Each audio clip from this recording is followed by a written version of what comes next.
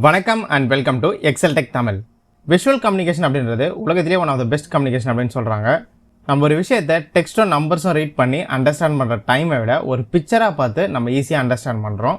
So இதுக்கு ஒரு best example அப்படின்னு பார்த்தீங்கன்னா மீம்ஸ் நம்ம சொல்லலாம். நம்ம ஒரு நியூஸை பார்த்திங்கன்னா மீம்ஸ் மூலிமா ரொம்ப சீக்கிரமாக நம்ம தெரிஞ்சிக்க முடியும் நம்ம ஒரு நியூஸை பார்த்து படிக்கிறத விட. ஸோ அடுத்த இன்னொரு பெஸ்ட் எக்ஸாம்பிள் பார்த்திங்கன்னா ஷேர் மார்க்கெட் அனாலிசிஸ் அப்படின்றத சொல்லலாம். ஷேர் மார்க்கெட்டில் நிறைய டேட்டா இருக்குது. ஸோ அந்த டேட்டா எல்லாத்தையுமே சார்ட்ஸ் அண்ட் டயக்ராம்ஸ் பேஸ் பண்ணி தான் 90% அனலைஸ் பண்ணுறாங்க.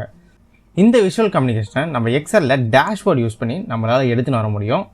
இந்த வீடியோவில் அதை பற்றி தான் நம்ம டீட்டெயில்டாக பார்க்க போகிறோம். வாங்க வீடியோக்குள்ளே போகலாம்.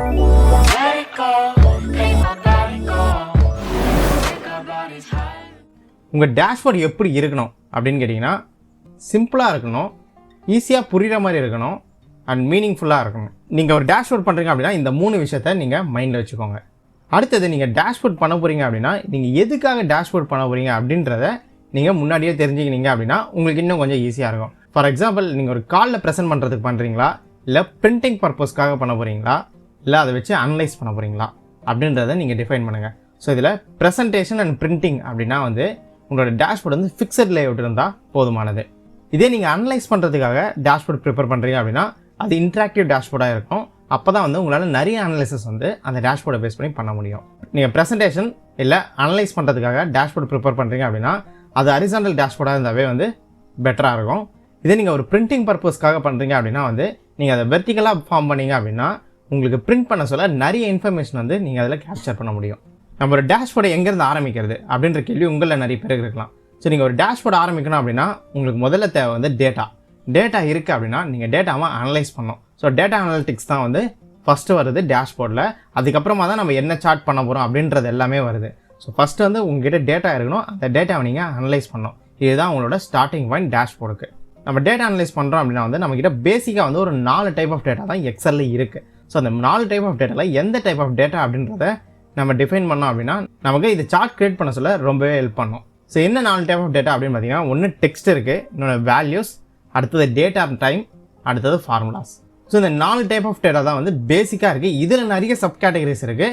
ஸோ பேசிக்காக இருக்கிற அவுட்லைன் பார்த்தீங்கன்னா இந்த 4 கேட்டகரி தான். இதில் ஃபார்முலா கூட பார்த்தீங்கன்னா ஒரு ஹிடன் கேட்டகரி அப்படின்ற மாதிரி தான் சொல்லலாம். ஏன்னா ஃபார்முலாவை பேஸ் பண்ணி நீங்கள் டெக்ஸ்ட்டு, வேல்யூ இல்லை டேட் அண்ட் டைம் இதில் ஏதோ ஒன்றுத்தில் தான் உங்களோட அவுட்புட் வரப்போகுது. ஸோ இதில் நம்மக்கிட்ட இருக்கக்கூடிய டேட்டா என்ன டைப் ஆஃப் கேட்டகரி அப்படின்றத நம்ம டிஃபைன் பண்ணோம் அப்படின்னா நம்ம அதை ஃபர்தராக சார்ட்டாக மூவ் பண்ண சொல்ல இன்னும் கொஞ்சம் ஹெல்ப்ஃபுல்லாக இருக்கும். இப்போ நம்ம சாம்பிள் டேட்டா வச்சு நம்ம இந்த டேட்டா டைப்பை ஐடென்டிஃபை பண்ணுவோம். ஸோ என்கிட்ட இருக்கக்கூடிய சாம்பிள் டேட்டாவில் பார்த்திங்கன்னா sales representative, location, customer and product இது எல்லாமே டெக்ஸ்ட்டாக இருக்குது. ஸோ இது எல்லாமே டெக்ஸ்ட் கேட்டகரிக்குள்ளே ஃபிட் ஆகிடும். அடுத்தது பார்த்திங்கன்னா ஆர்டர் டேட் அப்படின்னு ஒரு காலம் இருக்குது. இதில் இருக்கிறது எல்லாமே டேட் ஃபார்மேட்டில் இருக்குது. அப்போ நமக்கு இது டேட்டில் ஃபிட் ஆகிடும். அதுக்கு அடுத்தது இருக்கிறது பார்த்திங்கன்னா குவான்டிட்டி அண்ட் யூனிட் ப்ரைஸ். இது ரெண்டுமே பார்த்திங்கன்னா என்கிட்ட வேல்யூஸாக இருக்குது. ஸோ அப்போ இது வேல்யூஸில் ஃபிட் ஆகிடுமா. அண்ட் அடுத்தது ஃபைனலாக இருக்கிறது பார்த்திங்கன்னா total sales. Quantity into unit price தான் டோட்டல் சேல்ஸாக நான் எடுத்துகிட்டு வந்திருக்கேன். ஸோ அப்போ இது பார்த்திங்கன்னா ஃபார்முலாவில் இருக்குது. ஸோ இந்த ஃபார்முலாவும் பார்த்திங்கன்னா நமக்கு வேல்யூஸாக இருக்குது. அதனால் நான் இதையும் வேல்யூஸாகவே டிஃபைன் பண்ணிடுறேன். இப்போ நம்மக்கிட்ட இருக்கக்கூடிய டேட்டா எந்த டைப்பில் செட் ஆகுது அப்படின்றது நமக்கு தெரிஞ்சிடுச்சு. சேல்ஸ் ரெப்லேருந்து ப்ராடக்ட் வரையும் டெக்ஸ்ட்டாகவும், ஆர்டர் டேட் இருந்தது டேட்டாவும், குவான்டிட்டியிலேருந்து டோட்டல் சேல்ஸ் வரையும் வேல்யூஸாகவும் நம்மக்கிட்டே இருக்குது. ஸோ இந்த டேட்டாவை நம்ம ஈஸியாக இப்போது சார்ட்டுக்கு மூவ் பண்ண முடியும். டேட்டா அனலிசிஸில் இருக்கக்கூடிய இன்னொரு விஷயம் பார்த்தீங்கன்னா டேட்டா க்ளீனப். டேட்டா க்ளீனப் அப்படின்றது ரொம்பவே முக்கியம். உங்கள் டேட்டா க்ளீனாக இல்லை அப்படின்னா நீங்கள் கண்டிப்பாக உங்கள் டேட்டாவை க்ளீன் பண்ணி தான் ஆகணும். ஸோ ஃபார் டேட்டா க்ளீனப்னா நான் என்ன மீன் பண்ணுறேன் அப்படின்னு பார்த்தீங்கன்னா இங்கே ஆர்டர் டேட் இருக்குது இல்லையா, இந்த ஆர்டர் டேட்டில் பார்த்தீங்கன்னா எனக்கு எல்லாமே இப்போ ஒரே ஃபார்மெட்டில் இருக்குது, பிரச்சனை கிடையாது. இதே எனக்கு டிஃப்ரெண்ட் ஃபார்மெட்ஸ் இருக்குது அப்படின்னா அப்போ நம்ம அதை ஃபார்மேட் பண்ணணும், ஒரே மாதிரி ஃபார்மேட் பண்ணணும். இது எல்லா காலமுக்குமே பொருந்தும். ஸோ ஒரு காலம் இருக்குது அப்படின்னா அந்த காலம் ஒரே ஃபார்மேட்டில் இருந்ததுன்னா நமக்கு யூஸ்ஃபுல்லாக இருக்கும். ஸோ இந்த டேட்டே பார்த்தீங்கன்னா டிஃப்ரெண்ட் ஃபார்மேட்டில் இருக்குது அப்படின்னா அதை நம்ம ஒரே ஃபார்மேட்டுக்கு நம்ம சேஞ்ச் பண்ணணும். ஸோ இந்த ஃபார்மேட் இஷ்யூவை எப்படி ஹேண்டில் பண்ணுறது அப்படின்றதுக்கு தனியாக ஒரு வீடியோவே நம்ம போஸ்ட் பண்ணியிருக்கோம். அந்த வீடியோக்கான லிங்க் ஐ பட்டன் என்கார்டு டிஸ்கிரிப்ஷனில் இருக்கும். நீங்கள் இன்னும் பார்க்கல, உங்களுக்கு தேவைப்படுது அப்படின்னா நீங்கள் அந்த வீடியோவை போய் பார்க்கலாம். இப்போ நம்ம சார்ட் பேசிக்காக எப்படி ஒர்க் ஆகுது அப்படின்றத பார்ப்போம். சார்ட்ஸ் பார்த்தீங்கன்னா ஆக்சஸ் பேஸ் பண்ணி தான் ஒர்க் ஆகுது. நம்ம ஸ்கூல் டேஸ்லேருந்தே பார்த்துருப்போம். நம்ம ஒரு சார்ட் கிரியேட் பண்ணுறோம் அப்படின்னா அதுக்கு எக்ஸ் ஆக்சஸ், ஒய் ஆக்சஸ் அப்படின்ற மாதிரி இருக்கும். ஸோ அதே தான் எக்ஸல்லையும் எக்ஸ் ஆக்சஸ், ஒய் ஆக்சஸ் அப்படின்னு இருக்குது. இதில் அடிஷ்னலாக பார்த்தீங்கன்னா இசட் ஆக்சஸ் அப்படின்னு ஒன்று இருக்குது. எக்ஸ் ஆக்சஸ் ஹரிசாண்டல் ஆக்சஸ் அப்படின்னு சொல்லுவாங்க. ஒய் ஆக்சஸ் பார்த்தீங்கன்னா வெர்டிக்கல் ஆக்சஸ் அப்படின்னு சொல்லுவாங்க. இசட் ஆக்சஸ் பார்த்தீங்கன்னா டெப்த் ஆக்சஸ் அப்படின்ற மாதிரி சொல்லுவாங்க. இது அதிகமாக 3D சார்ட்ஸில் நம்ம பயன்படுத்துவோம். இதில் வந்து பார்த்தீங்கன்னா எக்ஸ் ஒய் இந்த ரெண்டு ஆக்சஸ்லேயும் வந்து பார்த்தீங்கன்னா டெக்ஸ்ட் டேட் வேல்யூ எதை வேணாலுமே உங்களால் ஃபிட் பண்ண முடியும். பட் இசட் ஆக்சஸில் வந்து பார்த்தீங்கன்னா வெறும் வேல்யூஸை மட்டும் தான் ஃபிட் பண்ண முடியும். இதுதான் வந்து எக்ஸ் ஒய் அண்ட் இசட்டுக்குள்ள ஒரு டிஃப்ரென்ஸ். இங்கே எக்ஸ் ஆக்சஸில் ஒரு டெக்ஸ்ட் வேல்யூ போடுறீங்க அப்படின்னா வந்து அது இந்த மாதிரி ஒரு ஹரிசானல் சார்ட்டாக கிரியேட் ஆகும். ரிமைனிங் இருக்கிற ஒய் ஆக்சஸில் நீங்கள் வேல்யூஸை ப்ளேஸ் பண்ணணும். இதே ஒய் ஆக்சஸில் நீங்கள் டெக்ஸ்ட்டாக இருக்கக்கூடிய டேட்டாவை போடுறீங்க அப்படின்னா இது வெர்டிக்கல் ஆக்சஸாக ஒர்க் ஆகும். ரிமைனிங் இருக்கக்கூடிய எக்ஸ் ஆக்சஸில் நீங்கள் வேல்யூஸை போட்டுக்கலாம். இது எப்படி வேணாலுமே வந்து உங்களால் ஸ்வாப் பண்ண முடியும். இது கம்ப்ளீட்லி வந்து உங்களோட ப்ரிஃபரன்ஸ் தான். இசட் ஆக்சஸில் உங்களால் வந்து வேல்யூஸ் மட்டும் தான் பேஸ் பண்ண முடியும். அதுதான் வந்து டெப்த் ஆக்சஸ் அப்படின்ற மாதிரி சொல்கிறாங்க. இந்த ஆக்சஸே இல்லாமல் சார்ட் கிரியேட் பண்ண முடியுமா, சார்ட் இருக்கா அப்படின்னு கேட்டிங்கன்னா இருக்குது. அதுதான் வந்து பை டயக்ராம். பை டயக்ராமுக்கு வந்து பார்த்திங்கன்னா எந்த ஒரு ஆக்சஸுமே தேவையில்லை, வெறும் வேல்யூஸ் வச்சு மட்டுமே ஒரு டயக்ராம் கிரியேட் பண்ண முடியும். அப்படின்னா அது பை டயக்ராம் இல்லை டோனட் சார்ட் கூட நம்ம சொல்லலாம். இந்த ஆக்சஸ்குள்ளலாம் வந்து நம்ம ரொம்ப இன்டெப்த்தாக போகணும் அப்படின்ற அவசியம் கிடையாது. ஒரு பேசிக் மட்டும் தெரிஞ்சு வச்சுக்கோங்க. ஏன்னா எக்ஸலில் வந்து பார்த்திங்கன்னா நம்ம சார்ட் கிரியேட் பண்ண சொல்ல நம்ம ப்ரிவ்யூ பார்த்து தான் வந்து நம்ம ஒரு சார்ட்டை வந்து டிசைன் கிரியேட் பண்ண போகிறோம். அதனால் வந்து நீங்கள் இதெல்லாம் ரொம்ப டெப்த்தாக தெரிஞ்சுக்கணும் அப்படின்ற அவசியம் இல்லை. பட் ஒரு பேசிக் ஃபண்டமெண்டல் தெரிஞ்சுக்கிறது ரொம்பவே நல்லது. இப்போ அடுத்தது நம்ம கிட்ட இருக்கக்கூடிய டேட்டாஸை பேஸ் பண்ணி நம்ம என்னெல்லாம் சார்ட்ஸ் கிரியேட் பண்ண முடியும் அப்படின்றத பார்க்கலாம். ஸோ நம்ம கிட்ட இருக்கக்கூடிய டேட்டாஸில் ஃபஸ்ட் இருக்கிறது வந்து பார்த்திங்கன்னா சேல்ஸ் ரெப்ரசன்டேட்டிவ். ஸோ இதை பேஸ் பண்ணி வந்து பார்த்திங்கன்னா நம்ம ஒரு சேல்ஸ் ரெப் சார்ட்ஸ் வந்து கிரியேட் பண்ண முடியும். அதாவது ஒரு சேல்ஸ் ரெப் வந்து எவ்வளோ குவான்டிட்டி சேல் பண்ணியிருக்காங்க, இல்லை எவ்வளோ அமௌண்ட்டுக்கு அவங்க சேல் பண்ணியிருக்காங்க அப்படின்றத இந்த சேல்ஸ் ரெப் காலம் பேஸ் பண்ணி நம்மளால் ஃபைன் பண்ண முடியும். ஸோ இதை பேஸ் பண்ணி நம்ம ஒரு பார் சார்ட் நம்ம கிரியேட் பண்ணலாம். அடுத்தது வந்து பார்த்தீங்கன்னா லொகேஷன் இருக்குது. லொகேஷனை பேஸ் பண்ணி பார்த்தீங்கன்னா ஈஸியாக வந்து எந்தெந்த லொகேஷனில் எவ்வளோ சேல் ஆயிருக்கு, எந்த லொகேஷனில் அதிகமான பர்சன்டேஜ் சேல் ஆயிருக்கு, இந்த மாதிரி நிறைய விஷயத்தில் வந்து நம்மளால் கண்டுபிடிக்க முடியும். இதுக்கு நம்ம வந்து பார்த்தீங்கன்னா பை டயக்ராம் நம்ம யூஸ் பண்ணிக்கலாம். இதுக்கு நம்ம ஜியோகிராஃபிக் சார்ட் கூட யூஸ் பண்ணலாம். நீங்கள் மைக்ரோசாஃப்ட் 365 யூஸ் பண்ணுறீங்க அப்படின்னா இந்த மாதிரி லொகேஷனுக்குலாம் நீங்கள் ஜியோகிராஃபிக் சார்ட் யூஸ் பண்ணுறீங்க அப்படின்னா உங்கள் டேட்டா பார்க்குறதுக்கு இன்னுமே வந்து அட்ராக்டிவாக இருக்கும். அடுத்தது வந்து பார்த்தீங்கன்னா நம்ம கிட்ட இருக்கக்கூடிய கஸ்டமர்ஸ். இந்த கஸ்டமர்ஸை பேஸ் பண்ணி பார்த்தீங்கன்னா ஒவ்வொரு கஸ்டமருக்கும் நம்ம எவ்வளோ சேல் பண்ணியிருக்கோம் அப்படின்றத கண்டுபிடிக்க முடியும்.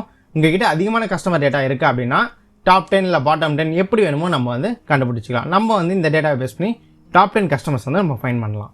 இதுக்கு வந்து பார்த்தீங்கன்னா நம்ம வெர்டிக்கல் பார் டயக்ராம் நம்ம யூஸ் பண்ணிக்கலாம். சேல்ஸ் ரெப்புக்கு வந்து பார்த்தீங்கன்னா நம்ம ஹரிசாண்டல் யூஸ் பண்ணியிருக்கோம். இந்த டாப் 10க்கு பார்த்தீங்கன்னா நம்ம வெர்டிக்கல் சார்ட்ஸ் வந்து நம்ம யூஸ் பண்ணிக்கலாம். அடுத்து இருக்கக்கூடியது வந்து பார்த்தீங்கன்னா ப்ராடக்ட்டை பேஸ் பண்ணி வந்து பார்த்தீங்கன்னா ஒவ்வொரு ப்ராடக்ட்லையும் நமக்கு எவ்வளோ சேல் ஆயிருக்கு இல்லை எவ்வளோ பர்சன்டேஜ் சேல் ஆயிருக்கு அப்படின்ற மாதிரிலாம் கண்டுபிடிக்க முடியும். இதுக்கு வந்து நம்ம வேணா டோனட் சார்ட் யூஸ் பண்ணிப்போம். அண்ட் அடுத்து இருக்கக்கூடியது பார்த்தீங்கன்னா ஆர்டர் டேட். ஸோ இந்த ஆர்டர் டேட்டை பேஸ் பண்ணி நம்ம சேல்ஸ் ட்ரெண்ட் கிரியேட் பண்ண முடியும். இந்த ட்ரெண்ட் சார்ட் வந்து பார்த்தீங்கன்னா அதிகமாக யூஸ் பண்ணுவாங்க. ஸோ எந்த டைமில் நமக்கு சேல் அப் ஆயிருக்கு, எந்த டைமில் சேல் டவுன் ஆயிருக்கு அப்படின்றத பார்க்கறதுக்கு எல்லாமே வந்து இந்த ட்ரெண்ட் சார்ட் வந்து பயன்படும். ஸோ அடுத்து இருக்கக்கூடியது வந்து பார்த்தீங்கன்னா வேல்யூஸ் இருக்குது இல்லையா, இந்த வேல்யூஸை வந்து நீங்கள் எப்படி வேணுமே ஃபிட் பண்ணிக்கலாம். ஃபார் எக்ஸாம்பிள் இந்த சார்ட்டில் உங்களுக்கு எவ்வளோ ப்ராடக்ட் சோல்ட் ஆயிருக்கு அப்படின்னு தெரியும்னா நீங்கள் குவான்டிட்டி யூஸ் பண்ணிக்கோங்க. இல்லை எவ்வளோ வேல்யூக்கு சேல் ஆயிருக்கு அப்படின்னா வந்து நீங்கள் டோட்டல் சேல்ஸ் யூஸ் பண்ணிக்கோங்க. யூனிட் ப்ரைஸ் வந்து நம்ம இதில் பெருசாக யூஸ் பண்ண போகிறதில்ல. அண்ட் நான் இங்கே மென்ஷன் பண்ணியிருக்கேன் சார்ட்ஸ் எல்லாமே வந்து பார்த்தீங்கன்னா பேசிக்காக வந்து நான் முன்னாடி டிஃபைன் பண்ணியிருக்கேன். ஸோ இதுதான் நம்ம யூஸ் பண்ணோம் அப்படின்ற அவசியம் கிடையாது. அண்ட் இதை நீங்கள் டிஃபைன் பண்ணணும் அப்படின்னா அவசியம் கிடையாது. நீங்கள் வந்து சார்ட் கிரியேட் பண்ண சொல்ல ப்ரிவ்யூ பார்த்தே வந்து நீங்கள் சார்ட் யூஸ் பண்ணிக்கலாம். ஃபார் எக்ஸாம்பிள் சேல்ஸுக்கு கூட நீங்கள் பை டயக்ராம் யூஸ் பண்ணலாம், லொக்கேஷனுக்கு பார் சார்ட் யூஸ் பண்ணலாம். இதெல்லாமே உங்களோட இஷ்டம் தான். உங்களுக்கு எப்படி தோணுதோ நீங்கள் யூஸ் பண்ணிக்கோங்க. நீங்கள் ப்ரிவ்யூ பேஸ் பண்ணி தான் ஒரு சார்ட் கிரியேட் பண்ண போகிறீங்க. அதனால் அந்த ப்ரிவ்யூவை பார்த்து எது உங்களுக்கு பார்க்கறதுக்கு நல்லாயிருக்கும் அந்த சார்ட்டை நீங்கள் செலக்ட் பண்ணிக்கோங்க. அண்ட் கலர்ஸுமே வந்து உங்களோட ஓன் சாய்ஸ் தான். எந்த கலர் வேணுமோ நீங்கள் தாராளமாக சூஸ் பண்ணிக்கலாம். இந்த கலர் தான் டயக்ராமில் இருக்கணும் அப்படின்ற எந்த ஒரு பேராமீட்டருமே கிடையாது. உங்களுக்கு என்ன கலர் வேணுமோ நீங்கள் யூஸ் பண்ணிக்கலாம். கலரை பொறுத்தவரையும் ஒரே ஒரு டிப்ஸ் என்ன அப்படின்னு பார்த்தீங்கன்னா வந்து நீங்கள் ஒரு கம்பெனிக்காக கிரியேட் பண்ணுறீங்க அப்படின்னா கண்டிப்பாக அவங்க ஒரு லோகோ வச்சுருப்பாங்க. ஸோ அந்த லோகோ கலரை வந்து நீங்கள் சார்ட்டில் யூஸ் பண்ணீங்க அப்படின்னா வந்து இன்னும் கொஞ்சம் அது பார்க்கறதுக்கு அவங்களுக்கு அட்ராக்டிவாக இருக்கும். நம்ம இந்த வீடியோவில் வந்து பார்த்தீங்கன்னா தியரட்டிக்கலாக வந்து ஒரு எக்ஸல் டேஷ்போர்டுக்கு என்னெல்லாம் தேவை, எப்படி நம்ம அனலைஸ் பண்ணோம், அண்ட் சார்ட்ஸ் எப்படி ஒர்க் ஆகுது, டேஷ்போர்டு எப்படி இருக்கணும், டேஷ்போர்டை வந்து நம்ம எங்கேருந்து ஆரம்பிக்கணும் அப்படின்றது எல்லாமே வந்து நம்ம டீட்டெயிலாக பார்த்துருக்கோம். நம்ம அடுத்து வரக்கூடிய வீடியோஸில் இது எல்லாத்தையும் நம்ம வந்து ப்ராக்டிக்கலாக அப்ளை பண்ண போகிறோம். அப்ளை பண்ணி நம்ம ஒரு டேஷ்போர்ட் கிரியேட் பண்ண போகிறோம். அந்த டேஷ்போர்ட் வந்து இன்ட்ராக்டிவாக இருக்க போது. ஸோ இது எல்லாமே நீங்கள் தெரிஞ்சுக்கணும் அப்படின்னா மறக்காம எங்கள் சேனலுக்கு சப்ஸ்கிரைப் பண்ணுங்க. அண்ட் பக்கத்தில் இருக்க பெல் பட்டனையும் ப்ரெஸ் பண்ணிக்கோங்க. கண்டிப்பாக இந்த வீடியோ நம்ம சார்ட் கிரியேட் பண்ண சொல்ல நம்ம பேசிக்ஸ் பார்க்கணும் அப்படின்னா இது ஹெல்ப் பண்ணணும் அப்படின்னு நான் நம்புறேன். இதில் உங்களுக்கு ஏதாவது கேள்விகள் இருக்குது அப்படின்னா வந்து கீழே கமெண்ட்டில் கேளுங்க. அப்படி இல்லைனா எங்களோட டெலிகிராமில் கனெக்ட் பண்ணி உங்களோட கேள்விகள் நீங்கள் அங்கே கேட்கலாம். கண்டிப்பாக இந்த வீடியோ உங்களில் ஒரு சிலருக்கு பயனுள்ளதாக இருக்கும் அப்படின்னு நான் நம்புறேன். இந்த வீடியோ பற்றின கருத்துக்களை கீழே கமெண்ட் பாக்ஸில் தீர்வீங்க. மீண்டும் அடுத்த ஒரு எக்ஸல் வீடியோட உங்களை வந்து சந்திக்கிறேன். Until then, bye from Aravind.